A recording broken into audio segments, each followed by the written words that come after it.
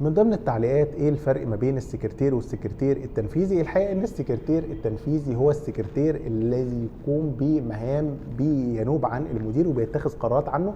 يعني انا كمدير معايا سكرتير تنفيذي، السكرتير التنفيذي انا مسافر مثلا اسبوع شرم الشيخ، فهو هيتخذ القرارات بناء عني وانا مديله توكيل او مديله تفويض بتاعي، عشان كده اسمه سكرتير تنفيذي ينوب عني.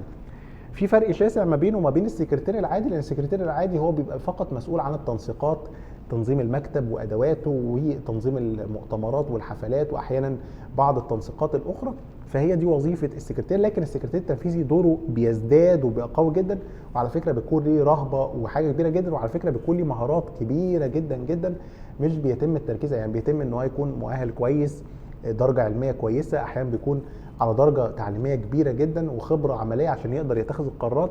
فخلي بالك من الموضوع ده.